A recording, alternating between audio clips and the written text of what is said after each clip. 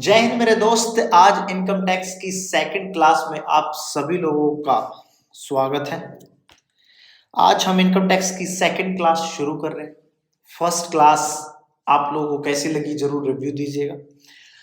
Second class में आज हम इनकम टैक्स को जहां तक हमने लास्ट पढ़ा था उससे आगे चलाएंगे।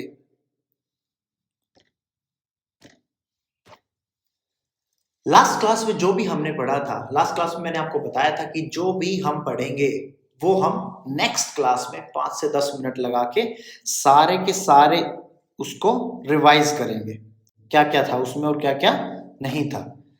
तो आइए सबसे पहले जो लास्ट क्लास का था उसको एक बार रिवाइज करते हैं, उसके बाद हम आगे चलते हैं क्या है क्या नहीं आज का, उसके बाद देखेंगे। लास्ट क्लास में हमने आपको बताया था कि टैक्स का क्या मतलब है, कंपल्सरी एक्सटॉर्शन ऑफ मनी की। कंपल्सरी एक्सटॉर्शन मतलब कि आपसे लिया ही जाएगा टैक्स। किसके द्वारा लिया जाएगा? गवर्नमेंट के द्वारा लिया जाएगा। Imposed by the government on income, commodity and activity. Income का मतलब जो आप सैलरी वगैरह से इनकम कमाते हो, प्रॉफिट एंड लॉस है आपका, मतलब पीसीपीपी में जो प्रॉफिट एंड लॉस बनता है आपका, वहां से आपकी इनकम आती होगी। या हाउस प्रॉपर्टी अगर आप रेंट पे दे दो वहां से आपकी इनकम आती होगी। या फिर कैपिटल गेन अगर होता, कोई भी असेट्स आप बेचते हो तो वहां से आपकी कोई इनकम आती है तो आपको इनकम टैक्स देना पड़ता है।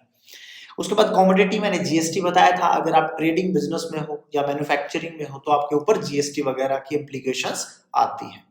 एक्टिविटी में सर्विस की बात की थी हमने कि सर्विस सेक्टर के ऊपर भी जीएसटी लगता है तो जीएसटी चार्ज होता है।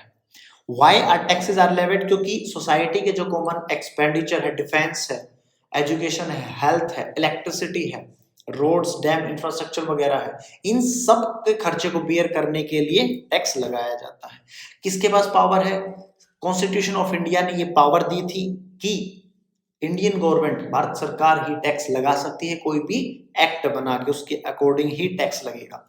भारत सरकार यूनियन, सेंट्रल गवर्नमेंट यूनियन के नाम से भी डिनोट होती है, स्टेट गवर्नमेंट, और उन दोनों का अगर कोई वो बनता है, मतलब मान लीजिए कोई ऐसा एरिया आता है जहां पे दोनों सरकारें मिलके चार्ज करेगी, वहां पे कॉन्करेंट लिस्ट में ये जो दोनों गवर्नमेंट है वो टैक्स चार्ज करेगी। उसके बाद टाइप ऑफ टैक्सेस मैंने बताया था, डायरेक्ट और इनडायरेक्ट टैक्सेस। डायरेक्ट टैक्स जो डायरेक्टली लगता है एकदम इनकम और वेल्थ ऑफ ए पर्सन, और जो प्राइस ऑफ द गुड्स और सर्विसेज, जो किसी भी गुड्स की प्राइस पे या सर्विस की वैल्यू पे जो लगता है उसको जीएसटी कहते हैं। जीएसटी नहीं, इनडायरेक्ट टैक्स कहते हैं। इनडायरेक्ट टैक्स का ही पार्ट जीएसटी, कस्टम वगैरह है। इंसिडेंस एंड इम्पैक्ट किस पे आएगा? Incidence and impact direct tax में सेम पर्सन पे आएगा, जो पर्सन होगा उसी के ऊपर आएगा। और इनडायरेक्ट टैक्स में हम ट्रांसफर कर सकते हैं। लेविड इनकम और wealth of a person, price और गुड्स और द सर्विसेज पे लगेगा। बर्डन किस पे था? Directly borne by the tax payer, directly borne by the tax payer. और बर्डन फाइन कंज्यूमर, जो मैंने मोबाइल का एग्जांपल लेके आपको समझाया था कि ये जो मोबाइल है या फिर ये लैपटॉप है, आईपैड है वगैरह, ये सारी चीजों का फाइनल कंज्यूमर मैं हूं। तो ये अगर मैं यूज कर रहा हूँ, कंज्यूम कर रहा हूँ ये चीजें, तो इसका फाइनल बर्डन मेरे ऊपर आएगा। तो ये इनडायरेक्ट टैक्स में आते हैं।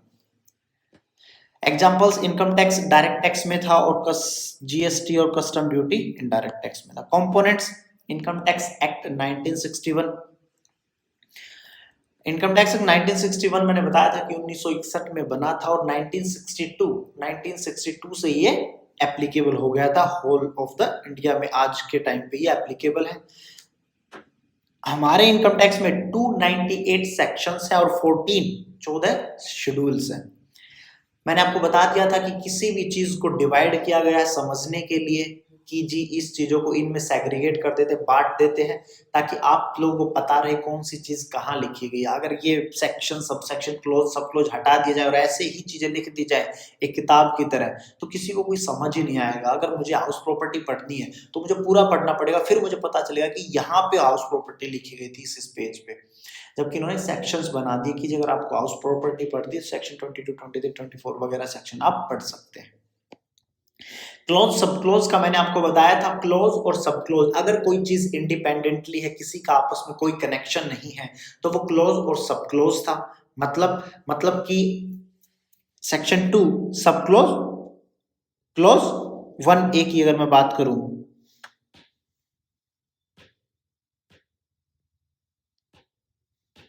अगर मैं यहां पे बात करूं क्लोज सब क्लोज की,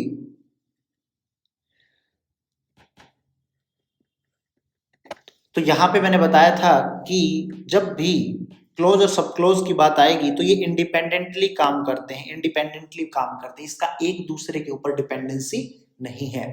आप सेक्शन 2 में डेफिनेशंस लिखी रहती है हर किसी एक्ट में, तो सेक्शन 2 में जो डिफाइन होता है एग्रीकल्चर इनकम, उसका क्लॉज 1A होता है, और सेक्शन 2 1B में अमालगमेशन लिखा रहता है। ये इंडिपेंडेंटली है, आप अमालगमेशन की डेफिनेशन अलग पढ़ सकते हो और एग्रीकल्चर इनकम की डेफिनेशन अलग पढ़ सकते हो। हम बुलाएंगे कैसे, इसको पुकारेंगे कैसे, section 2 clause 1A, section 2 clause 1B, section 2 clause 1A और सेक्शन 2 क्लॉज 1B। उसके बाद सब सेक्शन की बात आई थी। सब सेक्शंस का मैंने आपको बताया था कि जो डिपेंडेंटली एक दूसरे पे काम करते हैं, जो डिपेंडेंटली एक दूसरे पे काम करते हैं वो क्या कहलाएंगे, सेक्शंस, सब सेक्शंस कहलाएंगे। It refers to a part of section which are related with the other and all subsection taken together complete the concept propounded in that section। मतलब एक साथ जब मैं उस चीज को पढ़ूंगा तो ही मुझे वो बात समझ में आएगी। अब क्या था कि यहाँ पे 2(1)A और 2(1)B को मैं अलग अलग पढ़ सकता हूँ, कोई कोरिलेशन नहीं, आसानी से समझ में आएगा। लेकिन section 5 sub section 1, section 5 sub section 2, इनको मुझे एक साथ पढ़ना पड़ेगा, तभी मुझे क्लियरिटी आएगी कि रेजिडेंट नॉन रेजिडेंट क्या है। यहाँ पे section 2 clause 1A, section 2 clause 1B, लेकिन यहाँ पे मैं कैसे पुकारूंगा, section 5 sub section 1, section 5 sub section 2। यहाँ पे क्लोज और क्लोज सब क्लोज नहीं आएंगे क्योंकि ये आपस में रिलेटेड है। धीरे धीरे जैसे जैसे आप इनकम टैक्स पढ़ोगे तो आपको पता चलता रहेगा कौन सी चीज रिलेटेड है, कौन सी नहीं है, तो आपको वैसे प्रोनाउंस करना भी आ जाएगा उस चीज को। उसके बाद मैंने प्रोवाइजो की बात की थी। प्रोवाइजो क्या होता है, एक्सेप्शंस। प्रोवाइजो का मतलब अपवाद, एक्सेप्शन, की प्रोवाइडेड दैट, बशर्ते कि आप ये सारी चीजें फॉलो कर लीजिए, प्रोवाइडेड दैट ये भी इसके साथ में फॉलो करना पड़ेगा, तभी ऊपर लिखी बातों का कुछ इंपॉर्टेंस है। It gives the explanation condition to the provision contained in the respective section। explanation का मैंने बताया था कि clarification, explain किया है, होता है ना, आप मुझे इसको एक बार explain कर दें। कई बार आप डाउट पूछते हैं तो आप कहते हैं सर ये चीज मुझे समझ नहीं आई, आप इसको explain कर देंगे, तो explain से ही explanation बना है। अब मैं उसी चीज को क्या करूंगा, clarify करूंगा, डिटेल में समझाऊंगा उस चीज को आसान भाषा में। तो clarification, explanations आती हैं। It gives the clarification related to the provision contained in that section, subsection और clause। This act revenue based मैंने बता दिया था, ये एक्ट है। चलिए साहब, यहां तक का हमने आपको लास्ट क्लास में समझाया था, मोटा मोटी मैंने आपको रिवाइज करवा दिया है। ये सारी चीजें क्या था कि ये इनकम टैक्स का बेस था, ये सारी चीजें आपको पता होनी चाहिए इनकम टैक्स को शुरू करने से पहले। तो जो मोटा मोटी मैंने आपको बताया है, अगर मैं बात करूं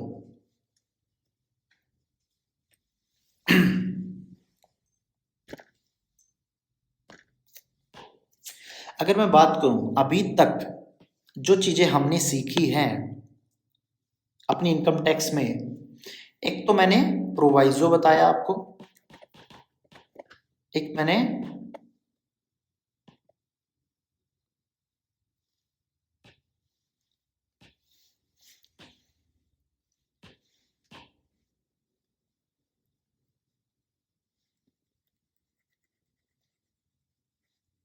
चलिए इस चीज को जरा ऐसे समझते हैं कि जो मेरा इनकम टैक्स था, यहां पे मुझे आपको 4 चीजें समझानी थी, 4 चीजें समझानी थी। अब 2 चीजें मैंने आपको लास्ट क्लास में समझा दी थी। अगर मैं बात करूं लास्ट क्लास में हमने आपको प्रोवाइजो समझाया था, एक्सप्लेनेशन समझाई थी। इस क्लास में, आज की क्लास में हम शुरू करेंगे 2 नई और चीजें इसी से रिलेटेड। ये चारों चीजें आपको इनकम टैक्स में पता होनी चाहिए। जब भी आप इनकम टैक्स पढ़ने जाओगे तो ये सारी चीजें आपको पता होनी चाहिए। 4 चीजें मिला के, प्रोवाइजो, एक्सप्लेनेशन, ये मैंने आपको लास्ट क्लास में बता ही दिया था।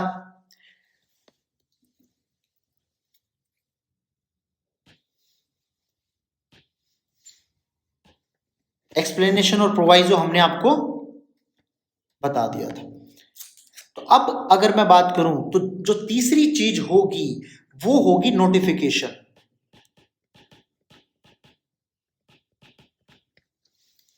नोटिफिकेशन क्या होता है? आज की ऑफिशियली क्लास अब शुरू हो रही, अभी तक हमने आपको सिर्फ रिवाइज करवाया था लास्ट क्लास का, कि लास्ट क्लास में ये था। नोटिफिकेशन की अगर मैं बात करूं, नोटिफिकेशन होता क्या है? अब देखिए, जैसे मैंने आपको लास्ट क्लास में बताया होगा कि पूरा का पूरा हमारा इनकम टैक्स चेंज हो गया 1961 से लेके आज तक, मोटा मोटी पूरा पूरा चेंज हो चुका है। क्यों? क्योंकि ड्यूरिंग द टाइम अलग अलग नई नई चीजें आती रही, वो अपडेट करनी पड़ी, उसके हिसाब से हमारा इनकम टैक्स अपडेट होता रहा। 1961 में आया था, 1962 से एप्लीकेबल हो गया था, लेकिन आज हम 2022 में है, 2022, और कुछ ही दिनों में 2023 आने वाला है, 2023 आने वाला है। तो इतने सालों का जो टाइम पीरियड था, गैप था, उसमें इनकम टैक्स चेंज कर दिया गया। हर साल फाइनेंस बिल आता है, फाइनेंस बिल पास होता है, फाइनेंस बिल पास होता है पार्लियामेंट में, पार्लियामेंट में पास होगा वो फाइनेंस एक्ट बनेगा, और उसको प्रेसिडेंट अपनी अनुमति देंगे, परमिशन देंगे, साइन करेंगे, उसके बाद वो क्या बन जाएगा? फाइनेंस एक्ट बन जाएगा। और उसको हमारा जो इनकम टैक्स एक्ट 1961 में, उसमें मर्ज कर दिया जाएगा। 1961 को उस साल के फाइनेंस एक्ट से अपडेट कर दिया जाएगा। ये आज हम डिटेल में और जानेंगे। तो प्रोवाइजो,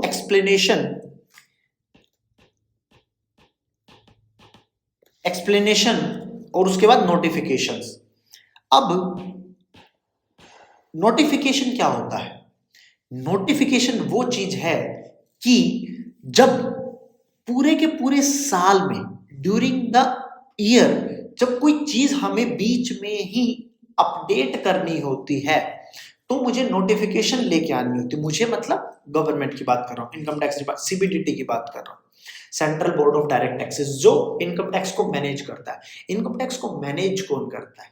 देखिए, कोई भी हमारा जो इंडियन गवर्नमेंट है, भारत सरकार है, वो तो 5 साल में हो सकता है चेंज हो जाए, नहीं हो, लेकिन जो ब्यूरोक्रेसी में आदमी बैठे हुए हैं, जो चलाते हैं एक्चुअल में सिस्टम को, ब्यूरोक्रेट्स हैं, वो लोग, इनकम टैक्स उन्हीं का एक पार्ट है, उन्हीं के द्वारा इनकम टैक्स चलाया जाता है। अगर मैं बात करूं इनकम टैक्स को कौन मैनेज करता है, कौन इसको लुक आफ्टर करता है, तो इसको सीबीडीटी लुक आफ्टर करती है, central board of direct taxes. तो central board of direct taxes अब हर साल बजट लेके आते हैं, फाइनेंस मिनिस्टर बजट पेश करती है। अब क्या हुआ कि बीच में मान लीजिए कोई ऐसी चीज आ गई जो इनकॉर्पोरेट करना जरूरी था इनकम टैक्स में, और अब पूरा साल का तो वेट नहीं कर सकती गवर्नमेंट। अब कि पूरा साल वेट करते हैं, उसके बाद ही इसको फैब में बजट के दौरान लाया जाएगा, बदला जाएगा। जैसे एक एग्जांपल के थ्रू समझते हैं, अभी कोरोना का पीरियड आया था 2020 में, 2020 में कोरोना आया, कोविड आ गया। अब जब कोविड आया तो बहुत सी चीजों में छूट दी गई, रियायत दी गई। तो अब ये नहीं है कि 2020 में जो बजट आया था उसके तुरंत बाद आ गया था, तो अब 2021 के बजट में ही हम चेंज करेंगे, लेकिन बीच में भी कुछ चीजें इन्होंने चेंज की हैं। तो वो कैसे की होंगी चेंज? वो नोटिफिकेशन के थ्रू चेंज की होंगी, नोटिफाई कर दी चीजें कि बजट आएगा तब उसमें इनकॉर्पोरेट कर लेंगे इन चीजों को। लेकिन अभी के लिए हम ये बता देते हैं कि इनकम टैक्स के रेट ये लगेंगे इस साल ड्यू टू कोविड, या फिर इनकम टैक्स में और कोई छूट देनी है, डिडक्शन देनी है, तो वो बता दिया। कुछ भी उनको रेट चेंज करना है, कुछ भी करना है, तो वो नोटिफिकेशन के थ्रू समझा देंगे। बात समझ आई? मतलब बीच में अगर किसी को कुछ समझाना है तो नोटिफिकेशन के थ्रू ही बताया जा सकता है, इंप्लीमेंट किया जा सकता है। अब नोटिफिकेशन किस किस पे बाउंड होगी, मतलब कौन कौन इसमें बाउंड आएगा। अब एक बात हमेशा ध्यान रखना कि जब भी आप इनकम टैक्स पढ़ोगे या इनकम टैक्स में प्रैक्टिस करोगे तो दो चीजें ही होगी आपके सामने। एक तो आप होगे, आप एक अलग चीज हो, मतलब आप एज ए कंसल्टेंट काम करोगे। अब आपके सामने दो चीजें होंगी, एक तो डिपार्टमेंट होगा और कौन होगा सॉरी, एसएससी होगा।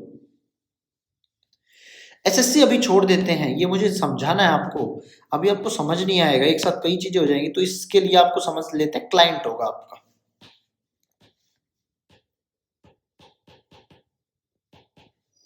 आपके सामने कौन होगा, क्लाइंट होगा।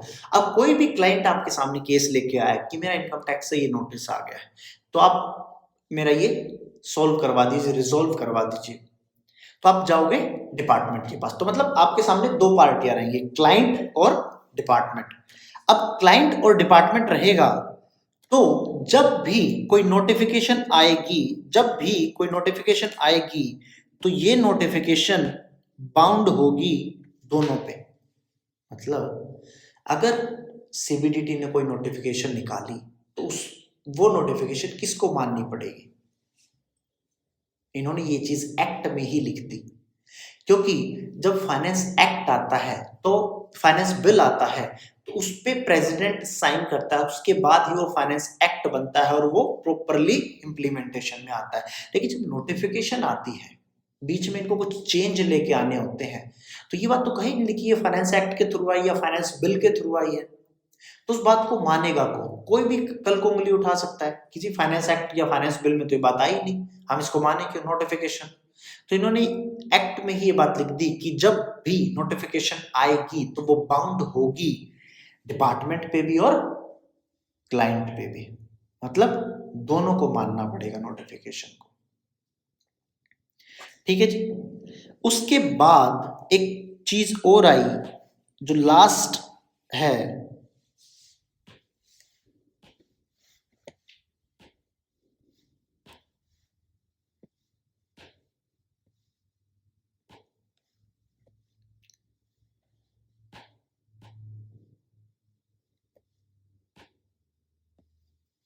लास्ट एक चीज आई हमारी, सर्कुलर।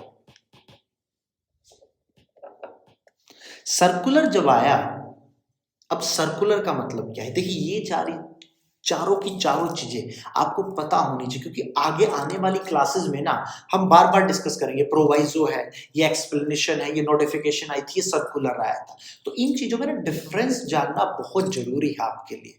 मैं आपका भी बेस तैयार कर रहा हूं, तो ये बेसिक कुछ वकैब है कि आपको ये चीजें पता ही होनी चाहिए कि जब मैं ये बोलूं कि सर्कुलर आया था, तो सर्कुलर आया था इसका क्या मतलब है, किसने इशू किया होगा, किस पे बाउंड होगा, किस पे बाउंड नहीं होगा। अब सर्कुलर क्या होता है, सर्कुलर सिंपल भाषा में एक चीज को समझाया गया है, मतलब किसी का कोई डाउट आया और उन्होंने सर्कुलर इशू कर दिया डिपार्टमेंट में, डिपार्टमेंट ही इशू करता है नोटिफिकेशन भी, सर्कुलर्स भी। सर्कुलर का मतलब है, लेट से मान लीजिए मुझे नहीं पता था कि मुझे कितना टैक्स रेट लगेगा एज ए इंडिविजुअल। आपने इनकम टैक्स जाके देखा, आपको पता चल गया कि एज ए इंडिविजुअल के ऊपर ये स्लैब रेट लगेगा और इतना टैक्स रेट लग जाएगा। लेकिन वहां पे एज गैप है, मतलब सीनियर सिटीजन के लिए इन्होंने छूट दे रखी है कि जी सीनियर सिटीजन हो गए तो इतने लाख तक आपका एग्जम्प्ट है और इतने से ऊपर आपका टैक्स लगेगा। लेकिन मुझे डेट ऑफ बर्थ को लेके कुछ कंफ्यूजन आ गया कि जो 1 अप्रैल को किसी का बर्थ होगा, जन्म होगा, तो क्या उसको 31 की रात को मान लिया जाएगा, मतलब जो हमारा फाइनेंशियल ईयर कब से कब होता है, 1/4 मान लीजिए 21 से लेके 31/3/22 की बात करूं, और किसी का बर्थडे था 1/4/2022 को, तो वो कहता है जी इस दिन मैं 80 साल का हो जाऊंगा या 60 साल का हो जाऊंगा। तो क्या जो रात को था 31 तारीख को, 31 की रात को, एक दिन पहले, क्या उस रात को ही मैं 80 साल का हो गया या 60 साल का हो गया? तो मुझे इस चीज में डाउट था। तो जब मैंने इस चीज का इश्यू उठाया तो क्या किया गवर्नमेंट ने, एक सर्कुलर जारी कर दिया। सर्कुलर में ये बातें लिखी गई, मतलब समझाया गया कि जी यहां पे एक्ट का मतलब ये है, कानून ये कहना चाहता है। नोटिफिकेशन कुछ बदलाव होता है, नोटिफिकेशन में और सर्कुलर में डिफरेंस समझना दोनों में क्या होता है। नोटिफिकेशन का मतलब है कुछ बदलाव लेकर आना, अमेंडमेंट लेके आना। अमेंडमेंट का मतलब अमेंड कर देना, मतलब चेंज कर देना। अमेंड का मतलब चेंज कर देना, बदल देना।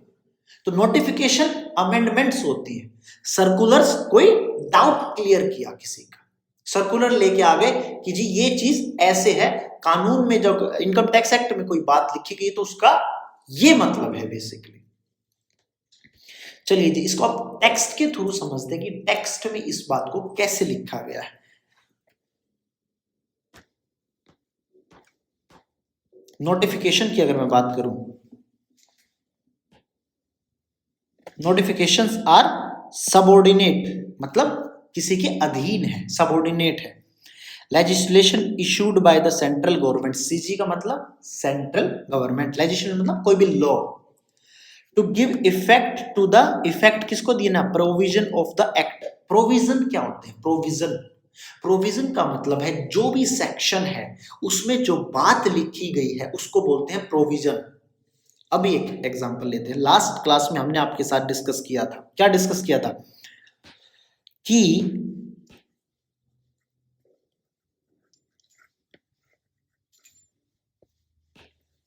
Section 2 clause 1A, section 2 clause 1A में क्या लिखा है, डिफाइन करता है एग्रीकल्चर इनकम को, और क्लॉज 1B क्या करता है, अमालगमेशन को। और section 5 subsection 1 defines the scope of total income of resident, और सबसेक्शन 2 डिफाइन करता है नॉन रेजिडेंट को। तो ये बात ध्यान रखना, हम बात कर रहे थे किसकी, प्रोविजन की। प्रोविजन का मतलब है जो सेक्शन 5 सबसेक्शन 1 में रेजिडेंट को जो स्कोप ऑफ टोटल इनकम बताया गया है रेजिडेंट के बारे में, मतलब क्या है कि सेक्शन के अंदर कुछ भी लिखा उसको हम प्रोविजन बोलते हैं। एक नॉर्मल भाषा में सेक्शन में ये लिखा है, सेक्शन में क्या प्रोविजन लिखा है, क्या प्रोविजन है, बात समझ आई? कोई डाउट जी नितिन? फिजिकल बच्चे भी बैठे हुए क्लास में तो इनसे बीच बीच में पूछते रहेंगे ताकि इनको जो डाउट आए वो ही शायद आपको भी डाउट आएगा। तो वो कहता है नोटिफिकेशंस आर सबऑर्डिनेट, अधीन है किसकी, legislation issued by the central government, law issued किया गया सेंट्रल गवर्नमेंट के द्वारा।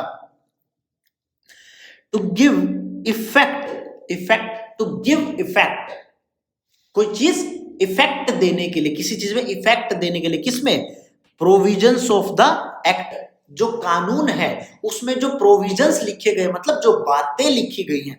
प्रोविजंस को आसान भाषा में ना बातें भी कह सकते हैं। बातें किसकी, सेक्शन की, सेक्शन की, सब सेक्शन की,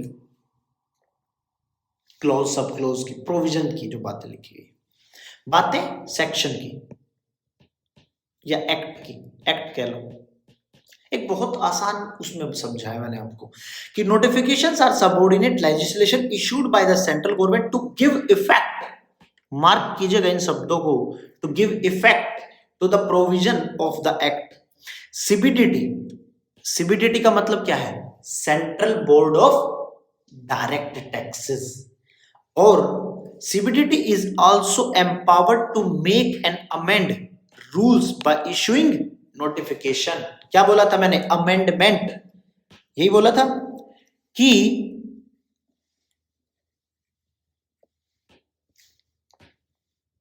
क्या बोला, CBDT is also empower, मतलब उसके पास पावर है किस चीज की, टू मेक बनाना, एंड अमेंड मतलब बदलना, रूल्स बाय इशूइंग नोटिफिकेशंस, जो भी एक्ट में लिखा गया है नोटिफिकेशन के थ्रू उसको या तो बना देंगे, मतलब कुछ ऐड कर देंगे या कुछ डिलीट कर देंगे, चेंज ले आएंगे, या फिर अमेंड कर देंगे। 18% लिखा था 28% लिख दिया, इस पे लगा था, इन बंदों पे लगा था, इन कंपनीज पे लगा था, इन फर्म्स पे भी लगा दिया, एलएलपी पे भी लगा दिया, मतलब कुछ ऐड डिलीट कर देंगे या बदल देंगे। तो ये किसके पास पावर है? सीबीडीटी के पास। सीबीडीटी मतलब central board of direct taxes, जो हम पढ़ रहे हैं डीटी, इसको मैनेज करती है, लुक आफ्टर करती है। और सीबीआईसी ये किसको लुक आफ्टर करती है? इनडायरेक्ट टैक्सेस को, जो कल हमने पढ़ा था। Taxes are two types, direct tax और इनडायरेक्ट टैक्स। डायरेक्ट टैक्स को कौन मैनेज करता है? सीबीडीटी। और इनडायरेक्ट टैक्स को कौन मैनेज करता है? सीबीआईसी। सीबीआईसी का मतलब central board of indirect tax and custom. ठीक है जी। They are binding on everyone. Everyone का मतलब एसएससी पे भी और इनकम टैक्स डिपार्टमेंट पे, मतलब जो नोटिफिकेशंस आई वो दोनों पे बाउंड होगी, मतलब दोनों को मानना पड़ेगा। बाइंडिंग मतलब मानना पड़ेगा।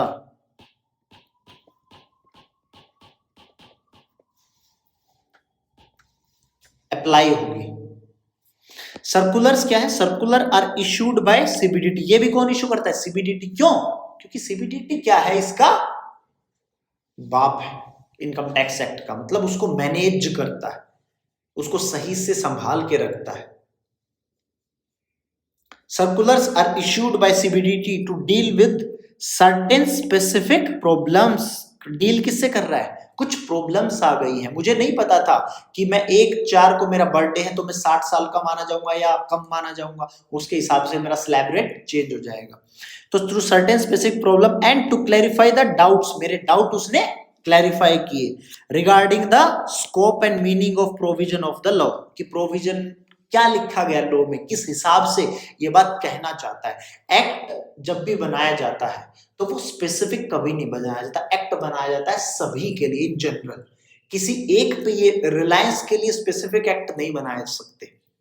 एक्ट बनेगा तो पूरे हिंदुस्तान के लिए बनेगा, फिर रिलायंस को वो बात माननी पड़ेगी। किसी एक चीज पे हम एक्ट नहीं बना सकते। इसलिए कई बार क्या होता है कि कई चीजों में डाउट आ जाता है पब्लिक का कि मेरी ये स्थिति है, मैं इस पोजीशन में हूं, क्या ये चीज मुझ पे अप्लाई होगी या नहीं होगी। फिर इनकम टैक्स मतलब CBDT, central board of direct taxes, क्या इशू करता है? सर्कुलर इशू करता है।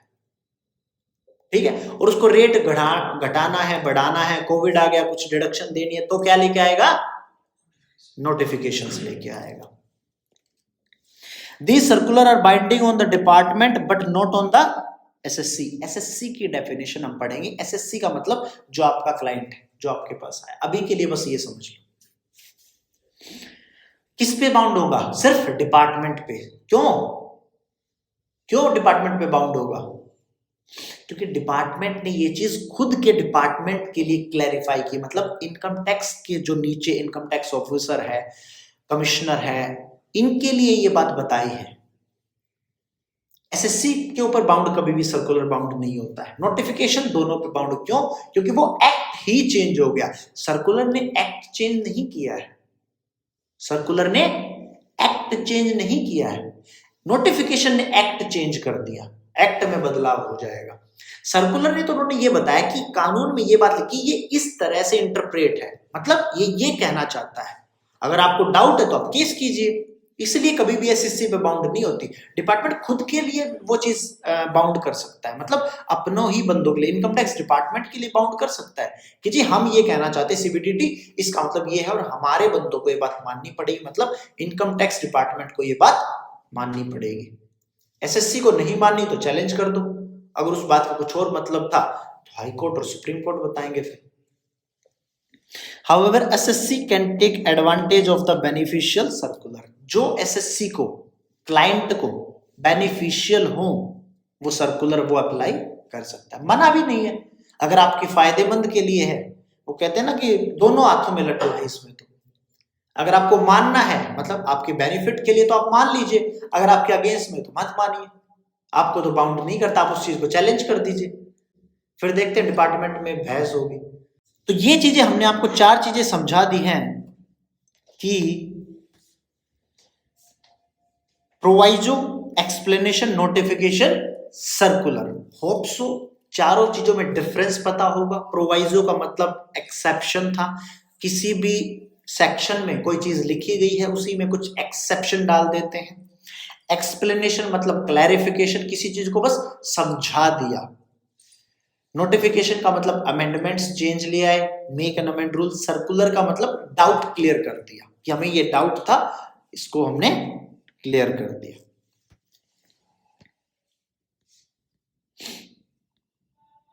चलिए साहब, अब बात करते हैं एनुअल फाइनेंस एक्ट की।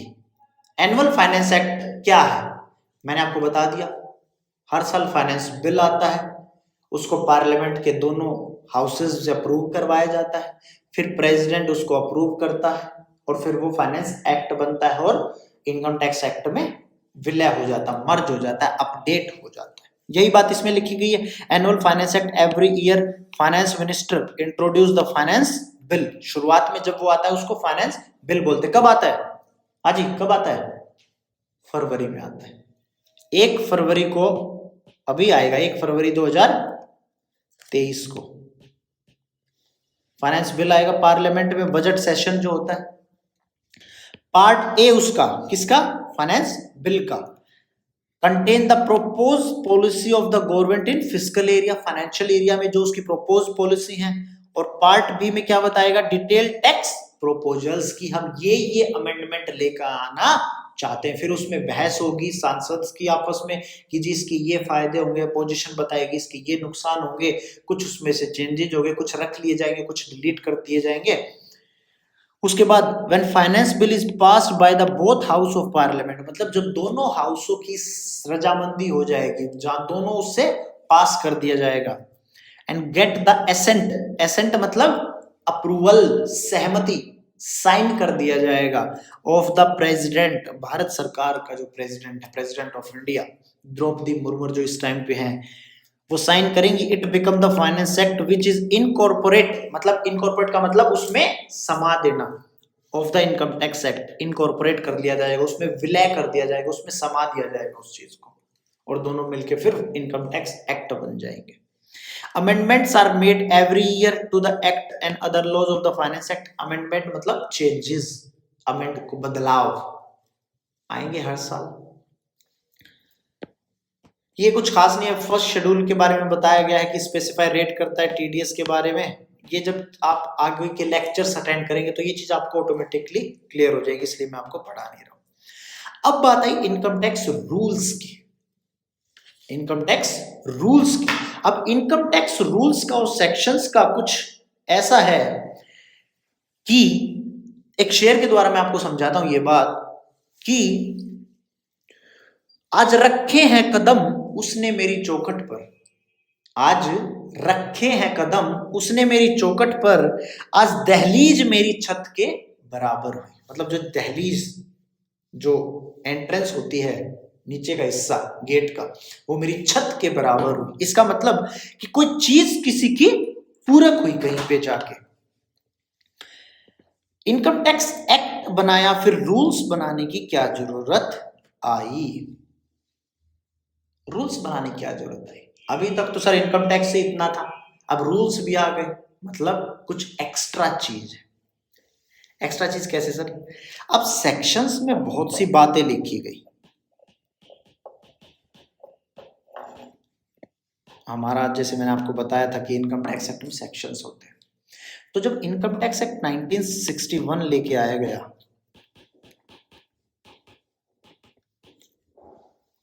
सेक्शंस लेके आए गए, सब कुछ लेके आया गया, तो वहां पे वो सारी बातें लिख दी गई। लेकिन दिक्कत ये आई कि धीरे धीरे, मैंने लास्ट क्लास में भी बताया था आपको कि जो आज का ज्यादातर इनकम टैक्स है वो धीरू भाई अंबानी की वजह से आया था, क्योंकि उन्होंने इतने लूपहोल्स ढूंढे इस एक्ट में, इतने लूपहोल्स ढूंढ रहे इस एक्ट में कि पूछो मत। उन्होंने बहुत एडवांटेज उठाया कि हम इस तरीके से टैक्स नहीं देंगे, फिर हम इस तरीके से टैक्स नहीं देंगे, फिर हम इस तरीके से टैक्स नहीं देंगे। तो ये इतना वास्ट होता चला गया ये चीजें, इनको इनकम टैक्स रूल्स भी साथ साथ में ही लेके आने पड़े। मतलब 1961 में तो एक्ट बना था, 1962 से ये अप्लाई हुआ था। 1962 में ही जब ये बनाया गया तो इसमें रूल्स भी बनाए गए। मतलब आपको जब भी आप एक्ट पढ़ोगे, इनकम टैक्स एक्ट पढ़ोगे, उसके साथ साथ आपको रूल्स भी पढ़ने पड़ेंगे। रूल्स में क्या लिखा है और एक्ट में क्या लिखा है। जो भी चीज एक्ट में लिखी होगी, जो भी चीज एक्ट में लिखी होगी, उसको पूरी तरह समझने के लिए हमें रूल्स पढ़ने पड़ेंगे। मतलब सर, एक्ट में कोई चीज लिखी गई, क्या वो अधूरी है? वो अधूरी तो नहीं है, लेकिन वो पूरी भी नहीं है। और रूल्स में जो बात लिखी गई है, क्या वो मान्य होगी? हमेशा ये बात ध्यान रखना कि जो रूल्स में लिखा गया है वो दहलीज की तरह काम करेगा, दहलीज की तरह, जो मैंने अभी आपको एक शेर के द्वारा समझाया था। और जो एक्ट में बात लिखी गई वो एक छत की तरह काम करेगी। छत हमेशा ऊपर रहेगी और दहलीज हमेशा नीचे रहेगी। दहलीज कभी भी छत से ऊपर नहीं जा सकती। तो जो रूल्स होंगे वो कभी भी एक्ट से ऊपर नहीं जाएंगे। बाई चांस कोई बात ऐसी हो गई जहां पे एक्ट और रूल कन्फ्लिक्ट कर गए, आपस में टकरा गए, तो फिर किसको हम तवज्जो देंगे? दहलीज को कि छत को? छत को। एक्ट को हमेशा आप तवज्जो दोगे। अब दोनों में डिफरेंस क्या है, मैं एक एग्जांपल के थ्रू आपको समझाता हूं। डेप्रिसिएशन आपने सुना होगा, 11th-12th में आपने जरूर पढ़ा होगा अकाउंट्स में डेप्रिसिएशन। और जो नॉन अकाउंटिंग बैकग्राउंड से बंदे हैं उनको मैं बता देता हूं डेप्रिसिएशन क्या होता है। एक आसान भाषा में, मैं बार बार कहता हूं आसान भाषा में, जो डायरेक्ट टैक्स आपको पढ़ाया जा रहा है वो भी आसान भाषा में ही समझाया जा रहा है।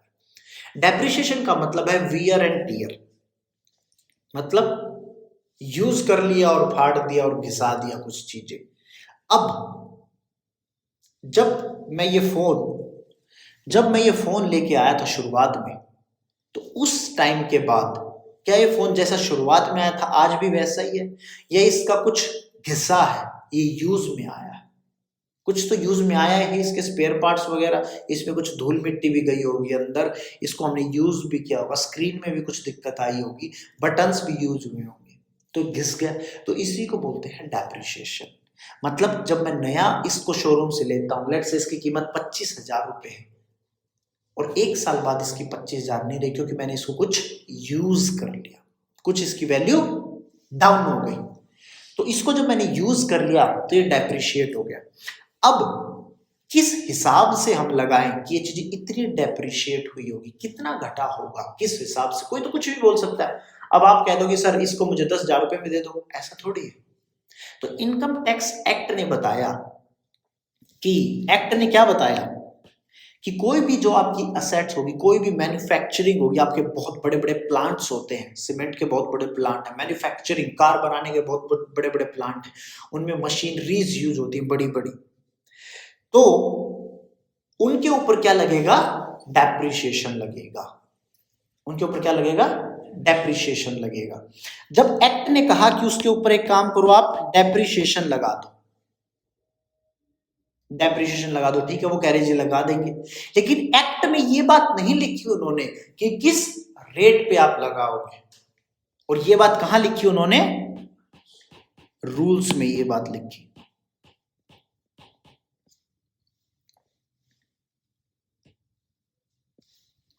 रूल्स में ये बात लिखी इन्होंने। एक्ट में क्या लिखा कि आप डेप्रिसिएशन लगाओ, और इनकम टैक्स रूल में, इनकम टैक्स एक्ट में लिखा कि डेप्रिसिएशन लगाओ, और इनकम टैक्स रूल्स में लिखा कि इस रेट पे मैं डेप्रिसिएशन लगाऊंगा। तो ये होते हैं इनकम टैक्स रूल्स। तो जब भी आप इनकम टैक्स एक्ट पढ़ोगे, कोई भी सेक्शन आपको अप्लाई करना है अपने क्लाइंट पे, तो हमेशा साथ साथ में आप उसके ऊपर रूल्स भी लगा देना। Income tax rules 1962, the administration of the direct tax is look after by the, look after मतलब लालन पालन, देखना, पालन पोषण करना, संभालना, look after by the Central Board of Direct Taxes CBDT। इसको जो संभालता है, लालन पालन करता है, जो इसको देख रेख करता है, वो कौन करता है? CBDT। किसकी? एडमिनिस्ट्रेशन, एडमिन जो है इसको संभालता है डायरेक्ट टैक्सेस को।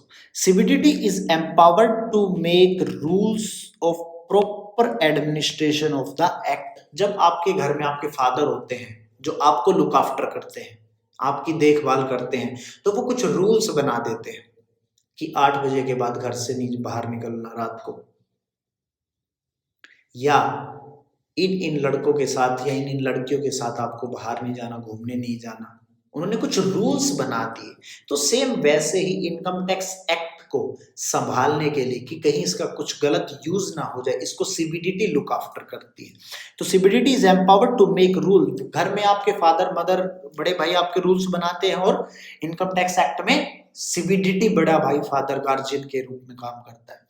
Empowered to make rules for the proper administration of the act. अब इसने एग्जांपल क्या दिया, सेक्शन जो होता है ना उसको हमेशा डिनोट करते हैं SEC से,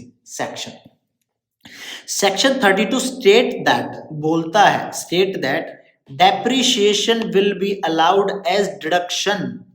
कि आप जब अपना प्रॉफिट एंड लॉस बनाओ, अपने खर्चों की, अपना जो आय का सोर्स, आप जब प्रॉफिट एंड लॉस मतलब कितना पैसा आपके बिजनेस में आया और कितना खर्चे हो गए, जब आप वो स्टेटमेंट बनाओ तो उसमें डेप्रिसिएशन को खर्चों में डाल देना, मतलब उसमें डिडक्शन डाल देना, खर्चा अलाउ कर देंगे आपका।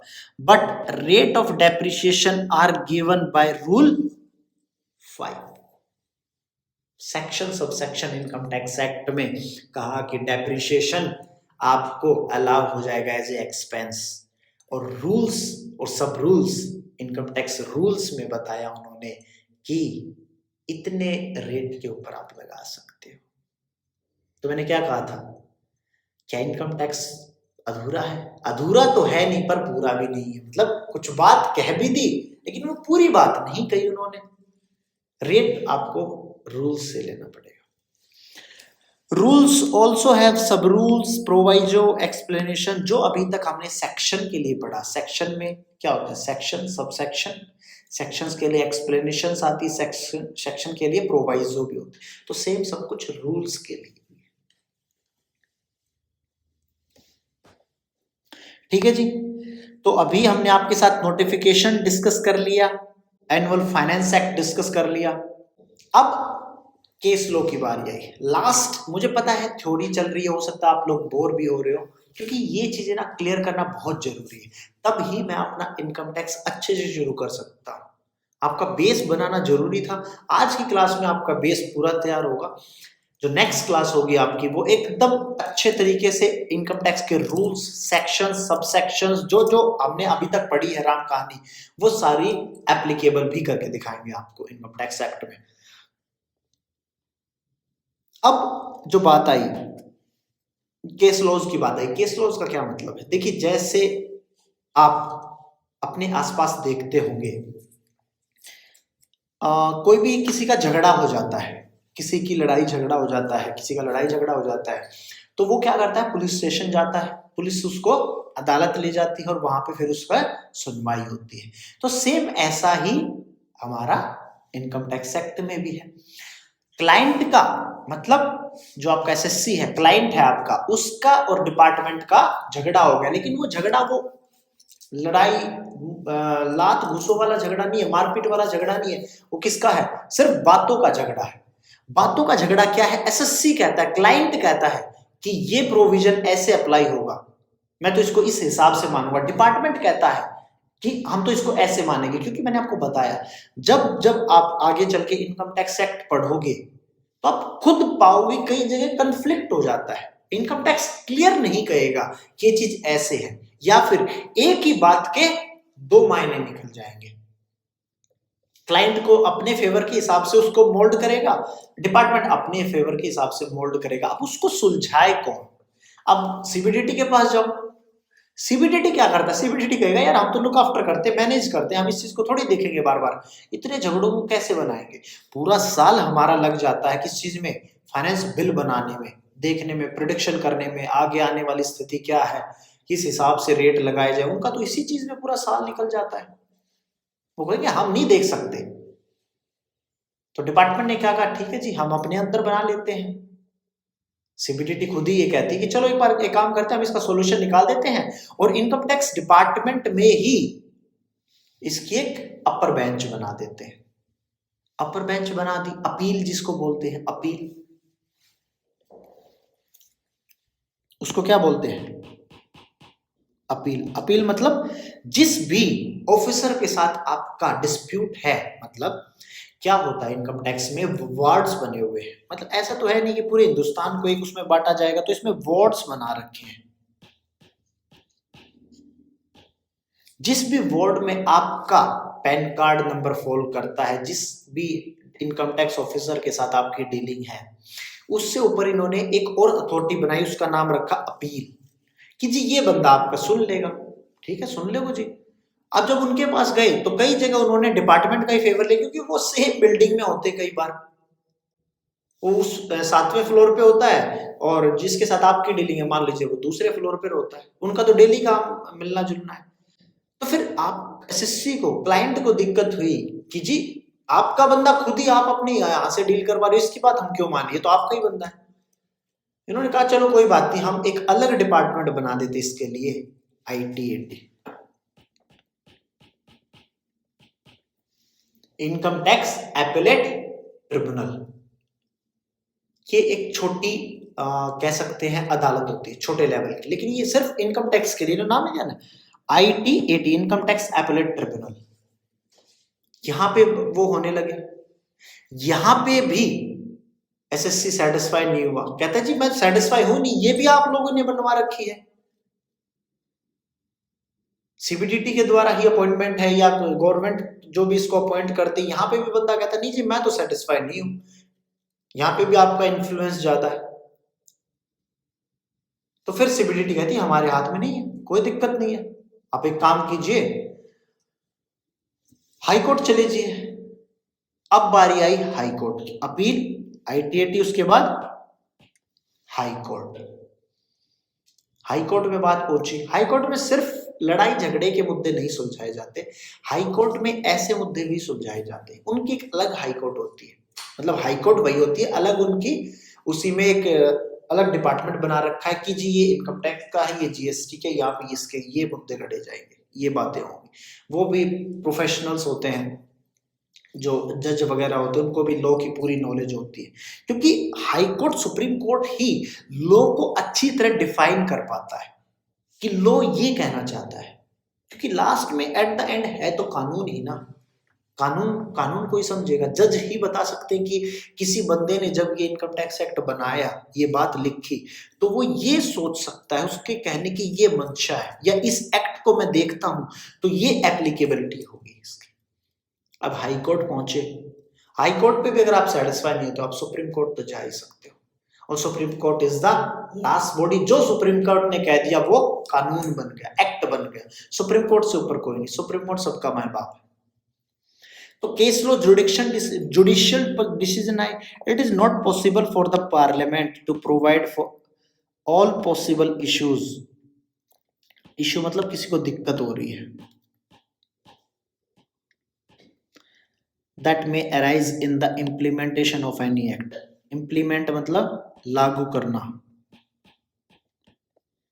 इस एक्ट को जब हम लागू कर रहे हैं, इंप्लीमेंट कर रहे हैं, तो बहुत से बंदों को दिक्कत हो सकती है, तो ये not possible for the parliament, parliament में ये पॉसिबल है ही नहीं कि यार हम सारे ऑल पॉसिबल इश्यूज को, किसको दिक्कत है, अराइज जो आए, अराइज हुए, मतलब अराइज मतलब सामने आए,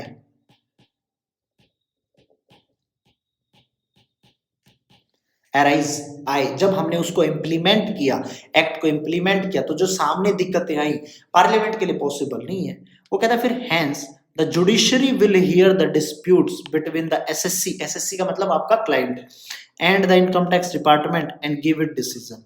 supreme court decision become judicial precedent, मतलब लॉ बन जाएगा, सुप्रीम कोर्ट ने जो बोल दिया एक बार, सुप्रीम कोर्ट क्या आप ये नहीं कह सकते कि मैं नहीं मान रहा इस बात को, supreme court is the last stage and binding on all the courts, all the court, वो पूरे हिंदुस्तान पे ये अप्लाई होता, कोर्ट्स पे तो क्या ही बाउंड होगा, supreme court is the apex body, apex body बोलते हैं उसको, उससे ऊपर कुछ नहीं है।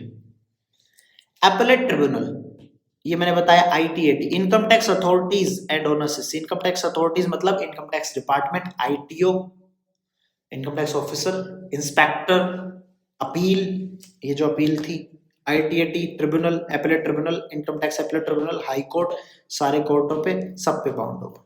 हाई कोर्ट डिसीजन, जो हाई कोर्ट, मान लीजिए कहीं पे कोई SSC के फेवर का डिसीजन आ गया तो वो तो हाई कोर्ट पे ही रुक जाएगा, वो कहेगा ठीक है बस खत्म, मैं नहीं जा रहा अभी से। अगर आपको दिक्कत है डिपार्टमेंट तो आप चले जाओ सुप्रीम कोर्ट।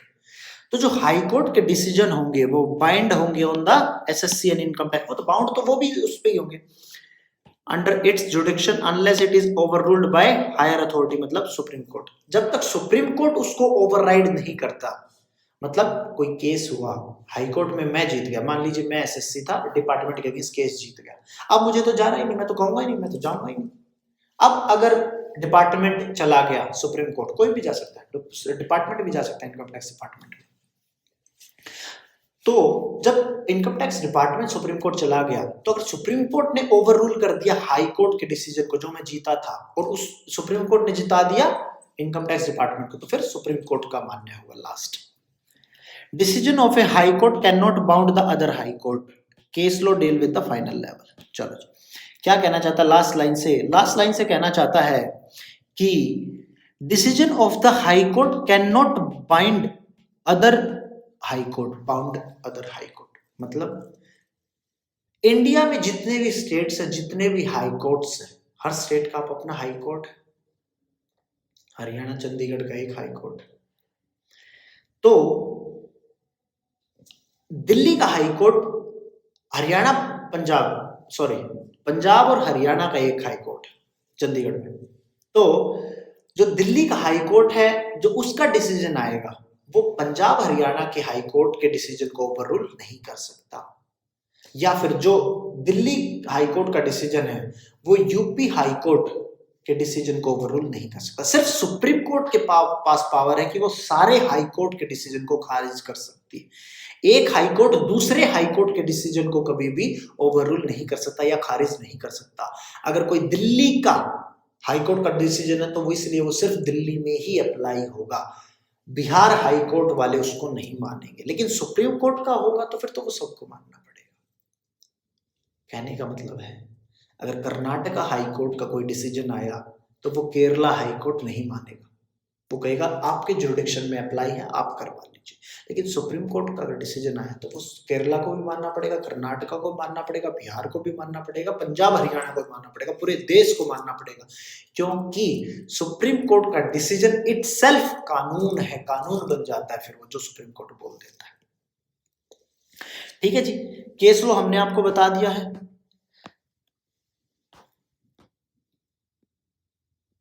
अब एक दो डेफिनेशंस देख लेते हैं छोटी छोटी। एसएससी का मतलब क्या है? एसएससी का मतलब मैंने आपको बता ही दिया, क्लाइंट जो आपका है। एसएस का मतलब क्या है? मोटा मोटा तो एसएस का मतलब पता होना चाहिए, इससे रिलेटेड बहुत सी टर्म्स हैं, फिर आपका ना अपने आप क्लियर हो जाएगा। एसएस का मतलब होता है कि आकलन, अनुमान करना, आकलन करना, कैलकुलेशन करना, गणना करना, गणना करना कह सकते हो,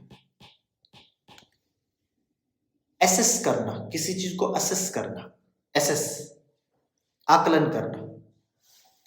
तो एसएससी का मतलब क्या है? जिसका आकलन हो रहा है, मतलब जिसकी गणना हो रही है, मतलब जिसकी कैलकुलेशन हो रही है इनकम टैक्स में, उसको क्या बोलेंगे? एसएससी बोलेंगे।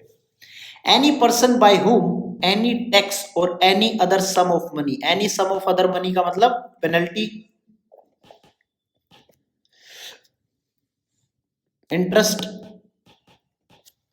Is payable under this act, इस एक्ट के अधीन अगर किसी को टैक्स देना पड़ा, कोई अदर सम देना पड़ा, अदर सम का मतलब पेनल्टी, इंटरेस्ट वगैरह अगर देना पड़ा तो वो एसएससी, मतलब कोई भी बंदा अगर इस एक्ट में आके डील करता है, डील मतलब उसका जो इनकम है वो एसेस होती है, कैलकुलेट होती है, गणना करती है, उसको एसएससी बोलेंगे। उस बंदे को क्या बोलेंगे? एसएससी बोलेंगे।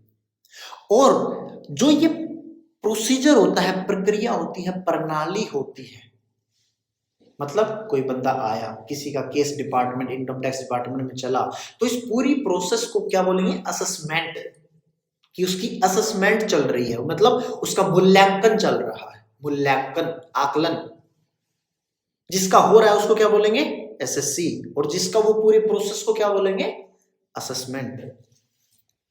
एसएससी कौन है, टैक्स पेबल, जिसको every person by whom any tax any other sum money is payable under the act whether or not any proceeding against him start or not.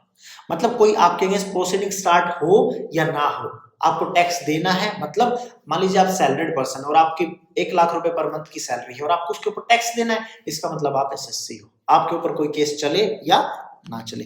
Proceeding started, आपने कोई दिया ही नहीं, tax ही नहीं दिया और आपके अगेंस्ट प्रोसीडिंग कोई स्टार्ट हो गई, तो भी आप एसएससी हो। वो कहते हैं any person in respect of whom any proceeding has been taken under this act whether or not any tax penalty etcetera payable by him. वो तो बाद में देखेंगे ना आपसे टैक्स लेना था कि नहीं लेना था। आप क्या कहोगे, मान लीजिए आपकी 1 लाख रुपए सैलरी पर मंथ के हिसाब से थी, ठीक है, ठीक है जी, और आप किसी भी एक, हिंदुस्तान में किसी एक पार्टी के बहुत बड़े भक्त हो, तो आपने क्या किया, आपने उठा के उसको 5 लाख रुपए दे दिए as a donation, political party को डोनेशन दे दी। 12 लाख रुपए आपकी सालाना इनकम थी, 1 लाख रुपए पर मंथ, 5 लाख आपने वहां दे दिए, कितना बच गया, 7 लाख रुपए आपके पास बच गए। अब 7 लाख में से आपका पीएफ ईएसआई वगैरह भी कटता था और आपने कुछ एनपीएस में भी पैसा जमा करा रखा है, एनपीएस मतलब नेशनल पेंशन स्कीम। ये सारी चीजें हम आपके डिस्कस करेंगे। अभी अभी आप समझ लो कि आपकी 12 लाख रुपए इनकम थी, 5 लाख रुपए आपने किसी पॉलिटिकल पार्टी को दे दिए, 7 लाख रुपए बचे, 7 लाख में से 2 लाख आपने पीएफ ईएसआई एनपीएस में और कटवा दिया, आपके बच्चों की स्कूल की फीस चली गई, तो आपके पास कितने बचे, 5 लाख रुपए। 5 लाख रुपए तक तो आजकल टैक्स ही नहीं लगता। तो वो क्या कहता है, कोई भी आप टैक्स दो या मत दो, वेदर और नॉट, चाहे दो या मत दो, any tax penalty etcetera is payable by, चाहे आपने देनी हो या नहीं देनी हो। लेकिन अगर आपके प्रोसीडिंग शुरू होगी, मान लीजिए आप जिसके यहाँ नौकरी करते हो, जिसके यहाँ भी उसका कोई बिजनेस था, जो भी आप, मान लीजिए आप इन्फोसिस में काम करते हो, इन्फोसिस में 1 लाख रुपीज पर मंथ आपकी सैलरी है। जब इन्फोसिस ने वो खर्चा डाला तो इनकम टैक्स डिपार्टमेंट को पता चला कि भाई फला फला जगह एक बंदा है, जय नाम का बंदा है, और उसकी 1 लाख रुपए पर मंथ की सैलरी है, तो इनकम टैक्स डिपार्टमेंट आ गया। इनकम टैक्स डिपार्टमेंट कहा, हाँ जी प्रोसीडिंग आपके आगे स्टार्ट करते हैं, आपको नोटिस दे दिया। अब जब मुझे नोटिस आया, मेरे अगेंस्ट प्रोसीडिंग स्टार्ट हो गई, तो वो तो बाद में पता चलेगा ना जी, जो 12 लाख थे उसमें से मैंने 5 लाख रुपए तो पॉलिटिकल पार्टी को दे रखे। पॉलिटिकल पार्टी को जितना भी दोगे 100% एग्जिबिशन में, 100% एग्जिबिशन में आ गया, मतलब डिडक्शन मिल गई उसकी। और जो 2 लाख रुपए थे वो मेरा ईएसआई पीएफ वगैरह का पैसा था, एनपीएस का पैसा था, तो 5 लाख रुपए से नीचे तो मैं वैसे ही, तो मुझे तो कोई टैक्स देना ही, वो तो बाद में पता चला। लेकिन उस दौरान भी मैं क्या था, एसएससी। प्रोसीडिंग में बी टेकन फॉर, प्रोसीडिंग किसके लिए शुरू हो सकती है, असेसमेंट ऑफ हिज इनकम, मेरी इनकम असेसमेंट की, मतलब आकलन मूल्यांकन किया, असेसमेंट हुआ, प्रोसीजर लगा। इनकम और loss of any other person by whom he is assessable, refund due to him such other person. Refund मतलब अगर मान लीजिए मेरा कोई टैक्स पहले ही काट लिया, टीडीएस बोलते हैं उसको, टैक्स डिडक्टेड एट सोर्स, पहले ही एम्प्लॉयर ने मेरा टीडीएस काट लिया, तो रिफंड जो ड्यू था। Assessment of fringe benefit, assessment of fringe, assessment का मतलब मूल्यांकन करना। मूल्यांकन किसका चल रहा है, फ्रिंज बेनिफिट। फ्रिंज बेनिफिट मतलब सैलरी वगैरह के अलावा आपको कुछ एक्स्ट्रा बेनिफिट दिया गया। लेट से मान लीजिए आपका एम्प्लॉयर बहुत खुश हुआ आपसे, सूरत में कई एम्प्लॉयर बहुत खुश होते दिवाली वगैरह के टाइम पे, कई बार महंगी महंगी घड़ियां या फिर गाड़ियां या फिर फ्लैट्स पे गिफ्ट कर देते हैं। तो फ्रिंज बेनिफिट का मतलब है जो कैश बैंक में आपकी सैलरी मिलती है उसके अलावा आपको कुछ एडिशनल बेनिफिट्स देना, जस्ट लाइक हेल्थ इंश्योरेंस करा दिया,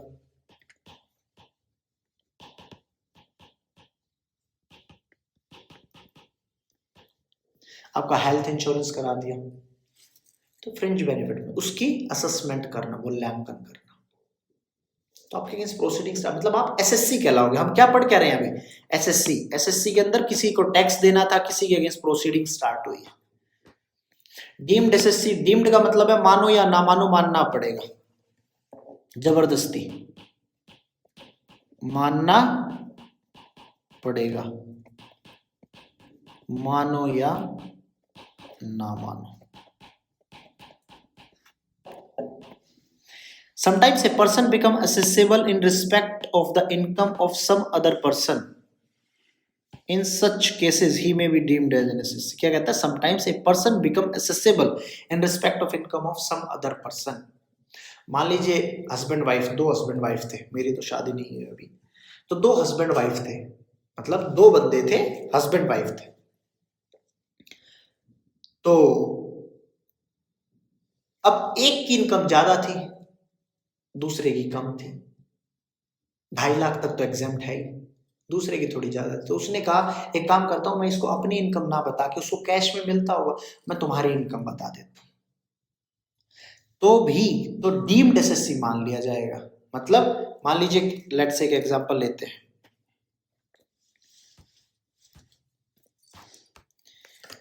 एक ए है एक बी है। ए की इनकम कितनी है? 1 लाख रुपए, 1,20,000, 10,000 रुपए पर मंथ ले लेते हैं।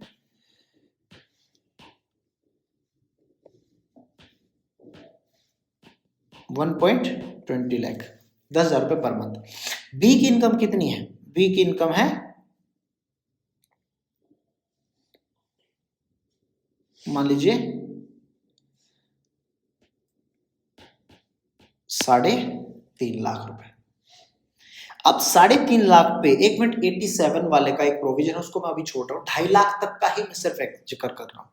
अब इसमें से अगर मैं इसको 1 लाख रुपए दे दूं, 1 लाख रुपए अगर इसको दे दूं, तो इसका कितना हो जाएगा? 2,20,000, और इसका कितना हो जाएगा? 2.5 लाख। 2.5 लाख तक तो कोई टैक्स है ही नहीं, तो इसको भी टैक्स नहीं देना और इसको भी टैक्स नहीं देना, कैश में मिलता था, वो बाद में मैं तुझसे ले लूंगा। हस्बैंड वाइफ थे, मान लीजिए हस्बैंड वाइफ थे, वो कह रहा मेरी नहीं जी, मेरी वाइफ की है। टैक्स चोरी करने का तरीका, किसी मेरी इनकम नहीं है तो मेरी वाइफ की है। तो अब इस केस में डीम्ड एसएससी मान लिया जाएगा, इसको भी और इसको भी। मतलब अगर ये नहीं आता, ये कहते जी मेरी तो थी ही नहीं, तो इस तरह को डीम्ड एसएससी मान लेंगे हम। डिपार्टमेंट कहता मानो या मत मानो। क्या कहा था यहाँ पे डीम्ड एसएससी के केस में? Sometimes a person become assessable in respect of income of some other person. Some other person की इनकम के लिए आपको असेस कर दिया गया। Representative assessee, sometimes a person may be assessed for income of another person legal hair.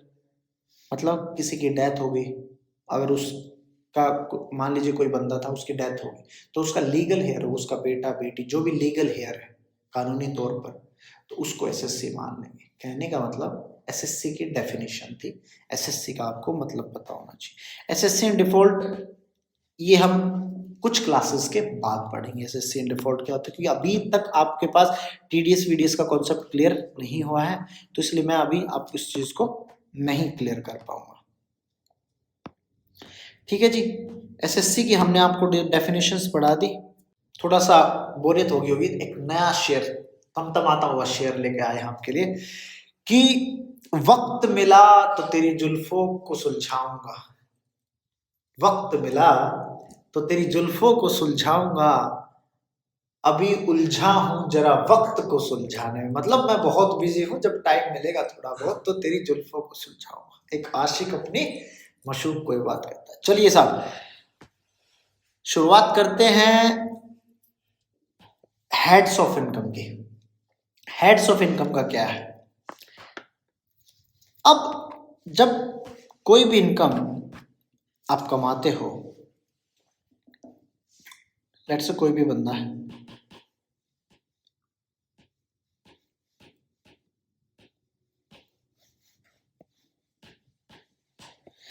ये बंदा जब कोई इनकम कमाने गया, कहां गया? मार्केट में गया। जब ये बंदा इनकम कमाने मार्केट में गया, आप भी गए, मैं भी आया, तो इसके पास कितने तरीके हैं इनकम कमाने के,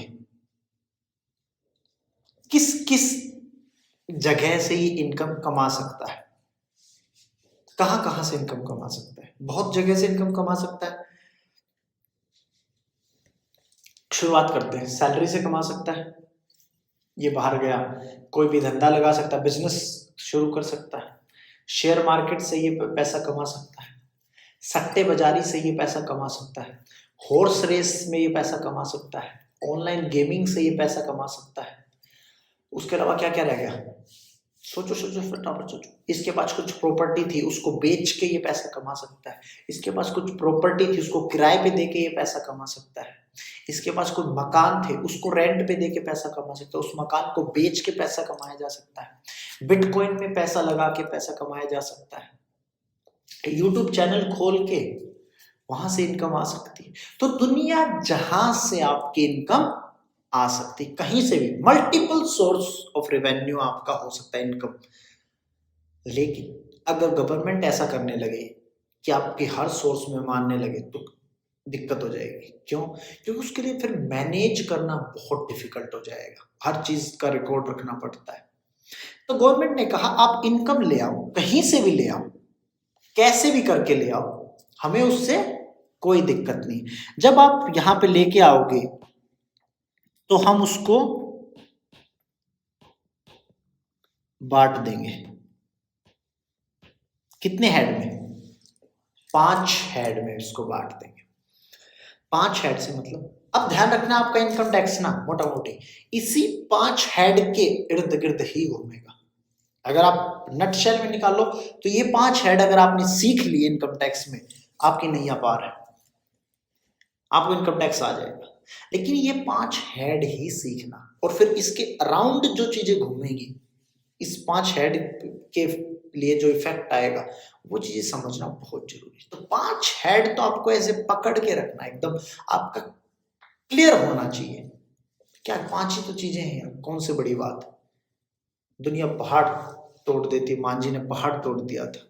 ये 5 हेड आपको रिटेन करने हैं, इसमें जो कानून प्रोविजन लिखे गए वो आपको रिटेन करने हैं, और आप टैक्स एक्सपर्ट बन जाओगे फिर।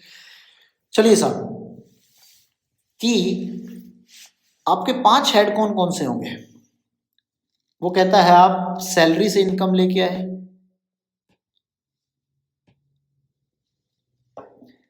आप हाउस प्रॉपर्टी से इनकम लेके आए, आप बिजनेस से इनकम लेके आए। डिफाइन करूंगा पीजीबीपी का क्या मतलब है। आप कैपिटल गेन से कोई इनकम लेके आए, और अगर इससे भी बाहर लेके आए तो हम क्या मान लिया? अदर सोर्स में कोई भी इनकम है।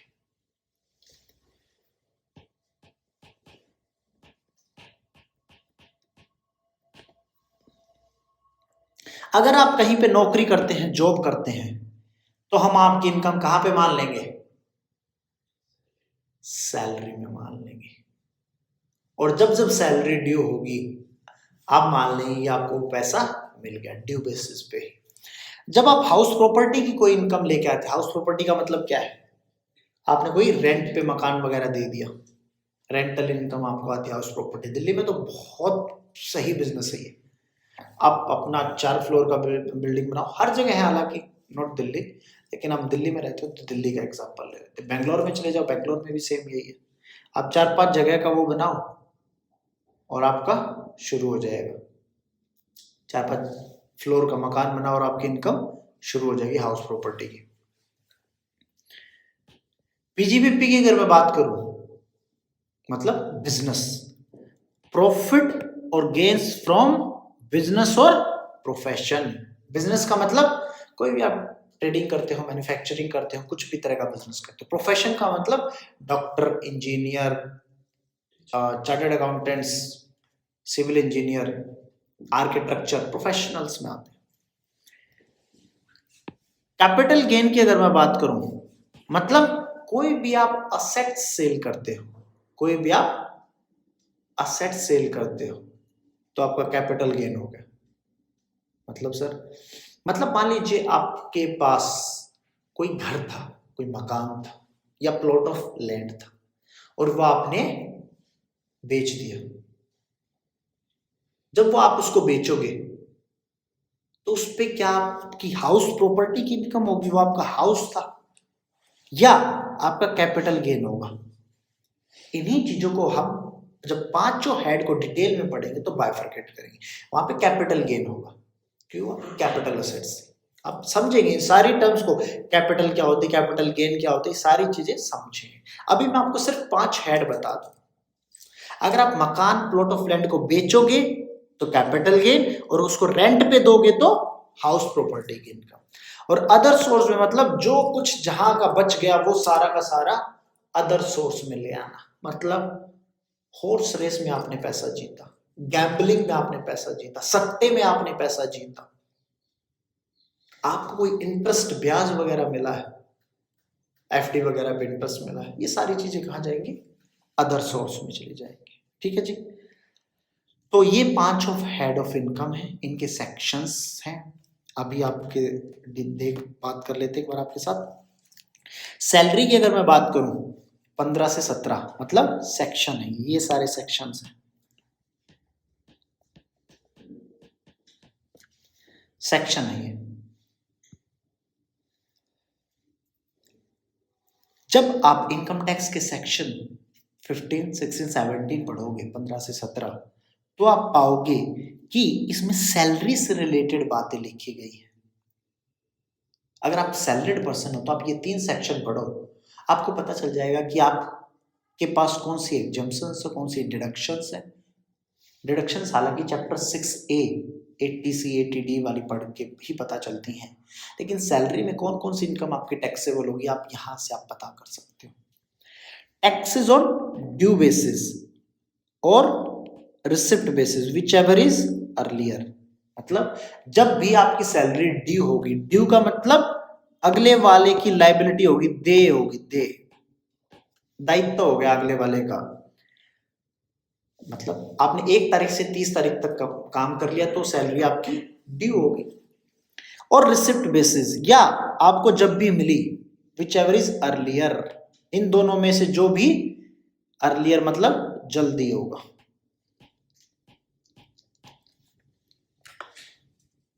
वो आपका टैक्सेबल पॉइंट मान लिया जाएगा। Method of accounting followed by the assessee is irrelevant, कोई फर्क नहीं पड़ता, इररेलेवेंट है, रेलिवेंसी है ही नहीं। तो या तो आपकी सैलरी ड्यू हो जाए या आपको एडवांस सैलरी मिल गई आपको रिसिप्ट बेसिस पे, तो एडवांस में ही टैक्स हो जाएगी, फिर पूरी साल की टैक्सेबल होती है।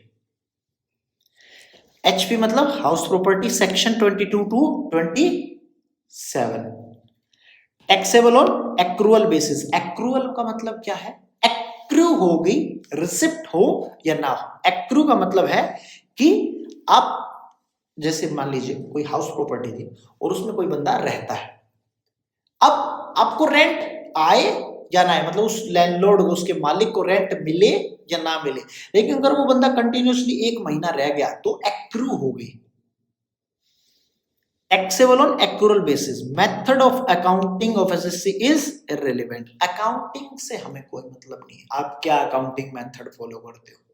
अकाउंटिंग मेथड 2 होते हैं, एक्रूअल बेसिस या रिसिप्ट बेसिस। एक्रूअल का मतलब जब भी कोई चीज हो गई तो आपका पैसा ड्यू हो गया, नोशनल हो गया, मतलब आपके हाथ में आया नहीं है लेकिन आप उसको मांगने के हकदार हो गए। तो और या फिर रिसिप्ट बेसिस मतलब एक्चुअल में आपको मिल गया। तो ये 2 तरह की अकाउंटिंग होती है, लेकिन तो सैलरी में और हाउस प्रॉपर्टी में अकाउंटिंग कोई मतलब नहीं। पीजीबीपी में अकाउंटिंग का मतलब होगा, क्योंकि तो बिजनेस है यार। अब बिजनेस में तो यार ऐसा थोड़ी है, माल चला भी जाता, उधारी में भी माल जाता, 6-6 महीने 3-3 महीने के उधार पे माल जाता है, तभी तो धंधे चलते हैं। तो वहां पे आप नहीं कह सकते। अब जो बिजनेसमैन जिस हिसाब से अकाउंटिंग करता है फिर उस हिसाब से मानना पड़ेगा। इसलिए इसने क्या कहा यहाँ पे, PGBP income is taxable. PGBP मतलब profit and gains from business and profession. PGBP income is taxable as per method of accounting followed by assessee. PGBP income is taxable as per method of accounting followed by assessee. Assessee की definition हमने आपको पढ़ा दी। SSC का मतलब आपका जो client होगा आने वाले टाइम में। If SSC follow accrual basis of accounting, income tax on accrual basis. अगर उसने कैश बेसिस ऑफ अकाउंटिंग मतलब तो कैश बेसिस, जब कैश आएगा तो अकाउंटिंग करते हैं। एक्रूअल बेसिस मतलब जब माल चला गया, एक्रू हो गया, अगले की तरफ मांगना हमारा तय हो गया, तो एक्रूअल बेसिस पे कर देंगे। Certain payments are allowable only on payment basis, refer PGBP. जब हम पीजीबीपी चैप्टर डिटेल में पढ़ेंगे तो ये चीजें वहां पे आपकी आ जाएंगी। अभी सिर्फ आपका हाई हेलो चल रही है, लेकिन मोटा मोटी ना फेज में आ चुके हैं हम। धीरे धीरे आप देखो कहां से हमने शुरुआत की थी कि टैक्स क्यों लगाया जाता है, और आज मैं 5 हेड ऑफ इनकम पे आपके साथ सेकंड क्लास में ही डिस्कस कर रहा हूं, और आप मेरे साथ अब बातों को समझोगे भी। Proviso, notification, circulars, section, sub section, rules, section में 15 से 17 कौन सा होता है, 5 हेड ऑफ इनकम क्या होते हैं, salary, house property, PGBP, capital gain, other sources. तो काफी कुछ कवर होता जा रहा है धीरे धीरे। इसलिए मैं कहता हूं कि जब भी आपकी क्लास खत्म हो तो उसको जरूर रिवाइज करो, और नेक्स्ट क्लास तक उसको जरूर रिवाइज कर लो, ताकि जब मैं यहां पे रिवाइज करूं तो आपके दिमाग में एकदम पिक्चर क्लियर हो। Capital gain taxable in the previous year in which capital assets is transfer. जब भी आप उस मकान को, उस प्लॉट को, उस मशीनरी को बेचोगे, मशीनरी कौन सी जो आप अपने बिजनेस में यूज करते थे, अगर आपका मशीनरी बेचने का बिजनेस ही है तो फिर कैपिटल गेन नहीं होगा, फिर तो पीजीबीपी में चला जाएगा। लेकिन कोई आपने प्लांट लगाया था और वो प्लांट आपने बेच दिया कुछ सालों यूज करने के बाद, तो फिर आपको कैपिटल गेन होगा उस पर। Taxable in the previous year in which capital assets is transferred. Method of accounting followed by the SSC is irrelevant. यहाँ पे भी method of accounting नहीं चलेगा, मतलब method of accounting तो कहीं नहीं चलता except PGBP और IFOS मतलब इनकम फ्रॉम अदर सोर्सेज। इसमें सेम एज पीजीबीपी, जो पीजीबीपी में लिखा है वो सारी बातें मान लेना, मतलब मेथड ऑफ अकाउंटिंग भी इसमें चालू। तो मेथड ऑफ अकाउंटिंग 3 जगह इन्होंने कहा हम नहीं मानेंगे, सैलरी, हाउस प्रॉपर्टी और कैपिटल गेन। पीजीबीपी और अदर सोर्सेज में सेम बातें अप्लाई है। सेक्शन आपको जो पढ़ने हैं वो यही पढ़ने हैं। कौन कौन से सेक्शन पढ़ने हैं? 15 से 17,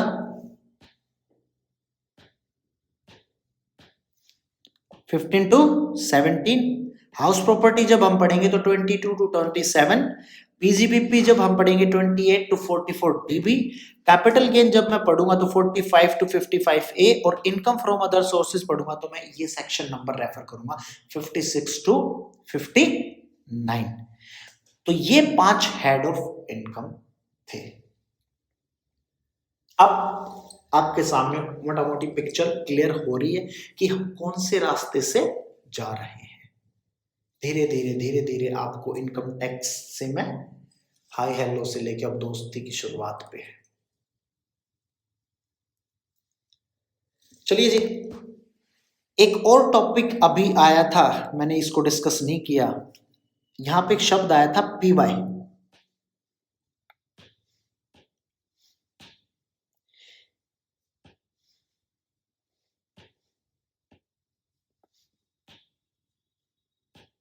पीवाई शब्द आया था एक यहां पे।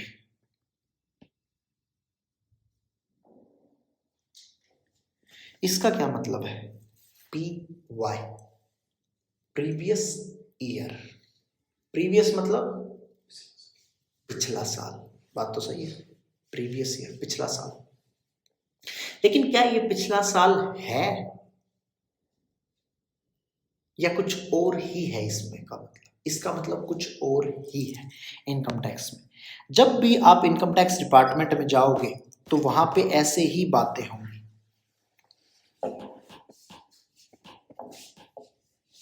ईयर के मामले में थोड़ा सा एक जरा कमर सीधी करके बैठो इस टाइम पे, फोन वगैरह बिल्कुल साइड में रख दो, अगर फोन है तो आपके पास। ध्यान रखना ईयर का मतलब क्या है। यहां पे एक होता है हमारा सीवाई, सीवाई मतलब कैलेंडर ईयर। दूसरा है हमारा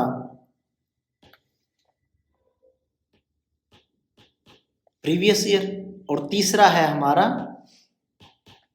असेसमेंट ईयर। असेसमेंट का मतलब आकलन, गणना, कैलकुलेशंस। तो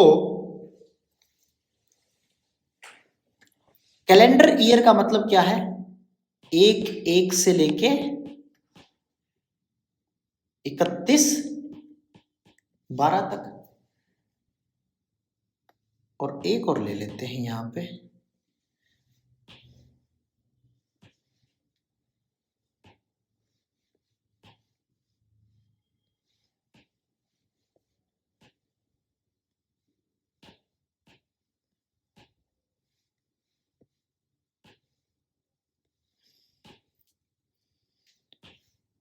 एक यहां पे ले लेते हैं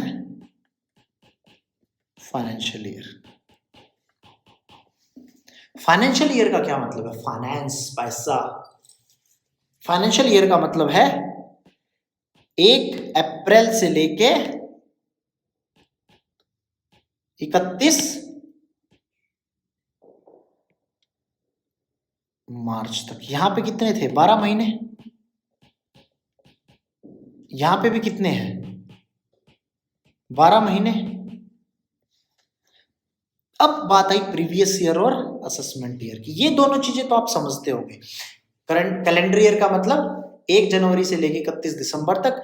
फाइनेंशियल ईयर का मतलब जो फाइनेंस के टर्म में, जो फाइनेंशियल्स में चलता है, वो 1 अप्रैल से लेके 31 मार्च तक चलता है। होते दोनों में 12-12 महीने। अब बात आई प्रीवियस ईयर और असेसमेंट ईयर है क्या? क्या चीज है प्रीवियस ईयर और असेसमेंट ईयर?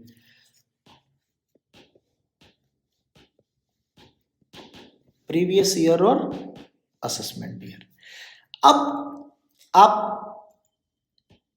1/4/2022 से लेके 31/3/2023 की अगर मैं बात करूं,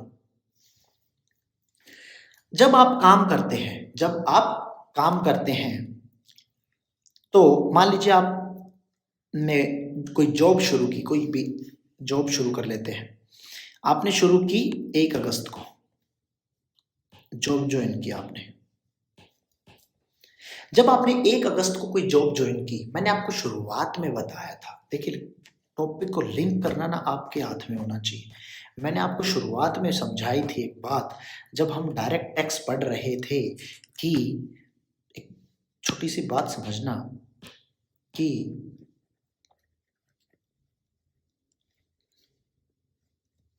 क्या बताया था, टाइम ऑफ कलेक्शन क्या है। जब मैं डायरेक्ट टैक्स पढ़ रहा था, जो मैं आज पढ़ रहा हूँ, वो ईयरली बेसिस पे क्या होता है, ईयरली, 1 साल पे होता है। ईयरली मतलब फाइनेंस ईयर जब मेरा खत्म होगा तो मैं लूंगा। और जो इनडायरेक्ट टैक्स होता है वो time of sale, purchase of goods और सर्विसेज, जैसे ही माल बिकेगा तभी। यही बात मैंने आपको समझाई थी लास्ट क्लास में। अब आज इसी बात को मैं समझा के आपका एक कोरिलेट कर देता हूं, कि जब 1 अगस्त 2022 को इस बंदे ने जॉब ज्वाइन की, तो ये टैक्सेबल कब होगा? डायरेक्ट टैक्सेस में, ईयरली बेसिस पे। ईयरली बेसिस पे टैक्स होगा। ईयर कब खत्म होगा मेरा? 1/8/2022 की अगर मैं बात करूं, ये बात कर रहा है 1/8/2022 की। 1/8/2022 की ये बात कर रहा है। इसका साल कब खत्म होगा? 31/3/2023 में। ईयरली बेसिस पे मैं इससे टैक्स लूंगा। साल खत्म हुआ 31/3/2023 में। ठीक है जी।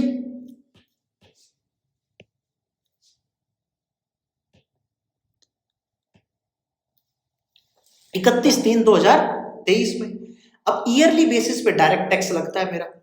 जब मेरा साल खत्म होगा, उससे अगला साल क्या चलेगा? उससे अगला साल कौन सा होगा? फाइनेंशियल ईयर 1/4/23 से लेके 31/3/24, यही होगा। 22/23 और 23/24। मैंने पैसा कमाया किस साल में? 22-23 में तो कमाया। 1 अगस्त 2022 को लगा था, और टैक्स कब तक दूंगा? 31/3/2023 तक। यहां तक मैं टैक्स दूंगा। और अगला साल क्या होगा मेरा 23-24, और ये कौन सा था मेरा 22-23। तो हमेशा ध्यान रखना कि ये बात, अब यहां पे जो इस बंदे को जॉब मिली थी 1 अगस्त को, ये था 1/4/22, 31/3/23 और 31/3/24।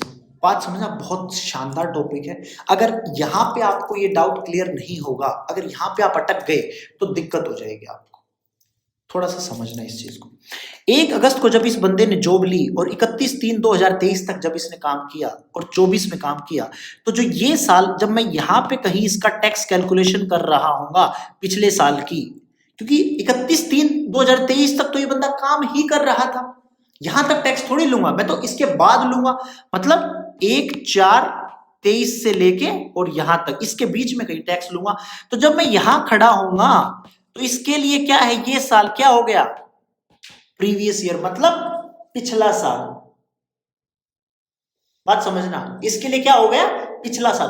पिछले साल में जो मैंने कमाया वो मैं जो साल चल रहा होगा उसमें लूंगा, और उस साल को मैं क्या मानूंगा, जो चल रहा होगा उसको असेसमेंट ईयर। असेसमेंट मतलब आकलन करना, कैलकुलेशन करना। जिस साल में मेरी वो कैलकुलेशन चल रही है उसको क्या बोलूंगा, असेसमेंट ईयर।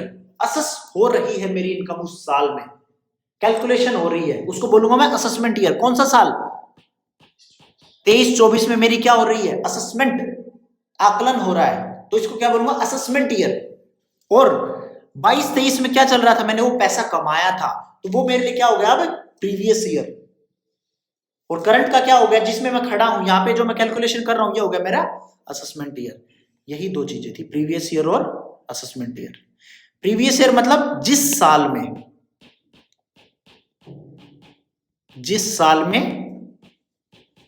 पैसा कमाया। अब जिस साल में, ये कोई जीएसटी थोड़ी है, इनडायरेक्ट टैक्स थोड़ी है कि जब जब आप माल बेचोगे तुरंत तुरंत टैक्स लगता रहेगा। डायरेक्ट टैक्स कहता है भैया सब्र करो, हैव पेशेंस, हैव पेशेंस। जब भी आप पूरा साल खत्म कर लो उसके बाद मुझे आराम से टैक्स दे देना। 31 जुलाई जो लास्ट डेट होती है, तो यहां पे जब मैं 31 जुलाई को अपनी रिटर्न भर रहा होऊंगा, सॉरी 31 जुलाई को, 31 जुलाई को जब मैं रिटर्न भर रहा होऊंगा, तो यहां पे ये क्या हुआ, मेरा असेसमेंट ईयर। इस साल में मेरी कैलकुलेशन चल रही है, असेस हो रहा है, मेरी इनकम असेस हो रही है 23-24 में, और जबकि 22-23 में मैंने कमाया था पैसा। लेकिन जब मैं यहां खड़ा हूं तो मेरे लिए तो ये पिछला साल है ना यार, प्रीवियस ईयर, इसलिए उसको क्या बोलते हैं, प्रीवियस ईयर। प्रीवियस ईयर में मैंने पैसा कमाया और मैं टैक्स दूंगा किसमें, असेसमेंट ईयर में। बात समझ आई, क्लियर है। तो हमेशा जब भी आप रिटर्न फाइल करोगे अपनी इनकम टैक्स की, वो कब करोगे, असेसमेंट ईयर में जाके। किस साल की करोगे, प्रीवियस ईयर की। बैटरी भी लो हो गई है, बात समझ आई, क्लियर है, कोई डाउट। तो असेसमेंट ईयर मतलब जिस साल में आईटीआर भरूंगा या टैक्स लूंगा। हिंदी इसीलिए ताकि आप लोगों को आसानी से आपके दिमाग में ये बात घुस जाए और बैठ जाए।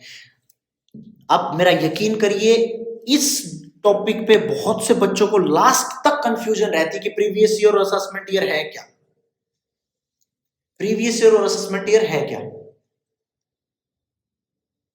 तो यहां पे मैंने आपका डाउट क्लियर कर दिया है कि प्रीवियस ईयर असेसमेंट ईयर है क्या। प्रीवियस ईयर मतलब जिस साल में मैंने पैसा कमाया। प्रीवियस क्यों बोलता हूं, फाइनेंशियल ईयर क्यों नहीं बोलता, क्योंकि मैं अगले साल में जाके कैलकुलेशन करता हूं पिछले साल की, तो इसलिए वो प्रीवियस ईयर था, पीछे था, बीत गया। असेसमेंट ईयर क्यों बोलता हूं, क्योंकि उस साल में मैं कैलकुलेशन कर रहा हूं, अपनी इनकम असेस कर रहा हूं, आकलन कर रहा हूं, मूल्यांकन कर रहा हूं, गिन रहा हूं, कैलकुलेट कर रहा हूं, आईटीआर फाइल कर रहा हूं। आईटीआर में कैलकुलेशन ही तो है। होप सो आपका डाउट क्लियर हुआ हो। अगर कोई डाउट था तो असेसमेंट ईयर प्रीवियस ईयर को लेके एक बार जल्दी से इस चीज को गो थ्रू कर लेते हैं।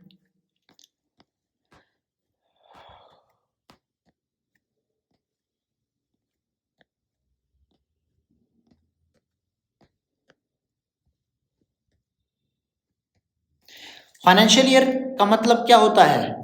Financial year means a year starting from 1 अप्रैल और एंडिंग फ्रॉम 31 मार्च, जो 1 अप्रैल से शुरू होता है और 31 मार्च पे खत्म हो जाता है, उसको क्या बोलते हैं?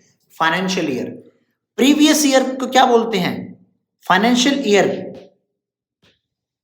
क्या लिखा है? Financial year in which income is earned, मतलब कमाई, कमाया,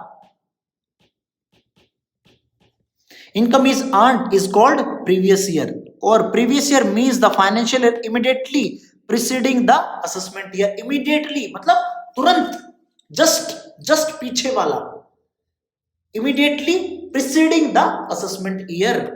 क्या बोल रहा है? immediately preceding,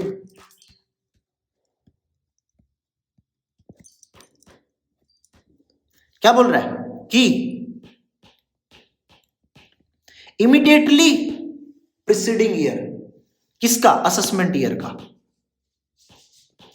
प्रीवियस ईयर कौन सा साल होता है? Immediately preceding year of assessment year. यही बात इसने यहां कही है, ध्यान से समझना जरा इस बात को। Previous year means the financial year immediately preceding the assessment year, मतलब ये वाला फाइनेंशियल ईयर कौन सा था? 22-23 और 23-24, मतलब जो 22-23 फाइनेंशियल ईयर था, जो 22-23 फाइनेंशियल ईयर था, वो मेरा प्रीवियस ईयर होगा कब? 23-24 में, मतलब immediately preceding financial year of the assessment year.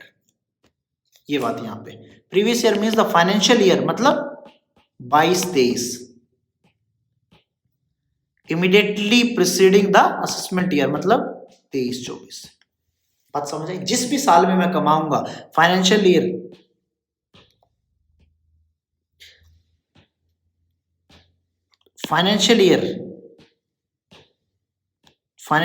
In which income is earned is called previous year, जिस साल में मैं कमाऊंगा। असेसमेंट ईयर की बात करूं तो year in which income is assessed to tax, मतलब income in which income is assessed to tax, assess हुई, आकलन हुआ, कैलकुलेशन हुई, किसके लिए? टैक्स के लिए, to tax. Income is assessed, calculate to tax, tax calculate करने के लिए। जिस भी साल में इनकम मेरी कैलकुलेट करने के लिए, किस साल की? पिछले साल की इनकम, प्रीवियस ईयर की, इस साल में कैलकुलेट करूं, क्योंकि वो साल तो मैं कमा ही रहा था यार। 31 मार्च 2023, हमेशा याद रखना, 31 मार्च तक तो मैं कमा ही रहा था, उसके बाद ही तो जाके मैंने कैलकुलेशन करनी है। तो जिस साल में मैं कैलकुलेशन करूंगा उसको असेसमेंट ईयर, जिस साल में मैंने कमाया उसको प्रीवियस ईयर बोलते हैं। Assessment year 2021 will commence from, assessment year 2021 will commence from 1/4/2020। 2021 कब से शुरू होगा? 1/4/2020 से, और खत्म होगा 31/3/2021 को। 10 income earn during the previous year 19-20। ये लीजिए यहाँ पे एक बार समझा देता हूं इसी चीज को। ये 2019, ये 2020 और ये 2021 क्या कहता है? वो कहता है कि असेसमेंट ईयर, एक बार जरा लास्ट ट्राई है इसकी, कि assessment year 2021 will commence from 1/4/2020 और खत्म हो 31 मार्च 2021 को। 10 जो income earned during the previous year 19-20, जो इसमें मैंने इनकम कमाई विल बी असेस्ड और टैक्स इन असेसमेंट ईयर 2021, वो यहाँ पे वो मेरी असेस्ड या टैक्स होगी, तो इसलिए इसको बोलेंगे असेसमेंट ईयर और इसको बोलेंगे previous year. Previous year in which income is earned, assessment year in next year in which income tax is assessment year, income is tax in assessment. अब एक बार एक एग्जांपल के थ्रू इस चीज को समझ लेते। लास्ट वो कहता है कि A is running a business from 2003 onward. Determine the previous year for the assessment year 2021। assessment year 2021 से preceding year कौन सा? 19-20। वो कह रहा है कि प्रीवियस ईयर बता दो। ये लो यार 19-20, इसमें क्या है? कोई नई बात थी क्या? अब आपको लग रहा होगा यार ये तो मैं तो जानता ही था।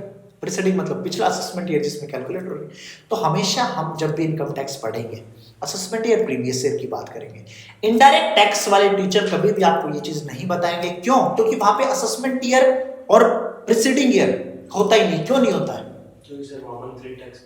करेक्ट, वहां पे मंथली टैक्स होता है। एकदम सही पकड़े, मंथली टैक्स होता है। जब भी मैं माल बेचता हूं मंथली दे देता हूं, वहां पे है ही नहीं। यहां पे तो साल खत्म होगा उसके बाद मैं टैक्स दूंगा, इसलिए असेसमेंट ईयर प्रीवियस ईयर का कॉन्सेप्ट आया। पहले प्रीवियस ईयर फिर असेसमेंट ईयर।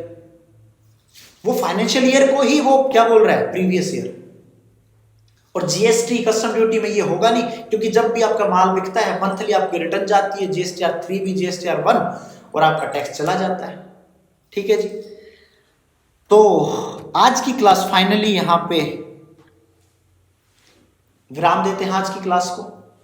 होप सो आप लोगों को सारे कॉन्सेप्ट क्लियर हुए होंगे अभी तक के। फिर भी अगर आपको डाउट है तो आप इन नंबर्स पे कांटेक्ट कर सकते हैं, और अगर आपको ये नोट्स चाहिए तो भी इस नंबर पे मुझे व्हाट्सएप कर सकते। कॉल ना करें, सिर्फ व्हाट्सएप कीजिए या टेलीग्राम कर दीजिए। इस नंबर पे आपको सारे नोट्स मिल जाएंगे सॉफ्ट कॉपी में।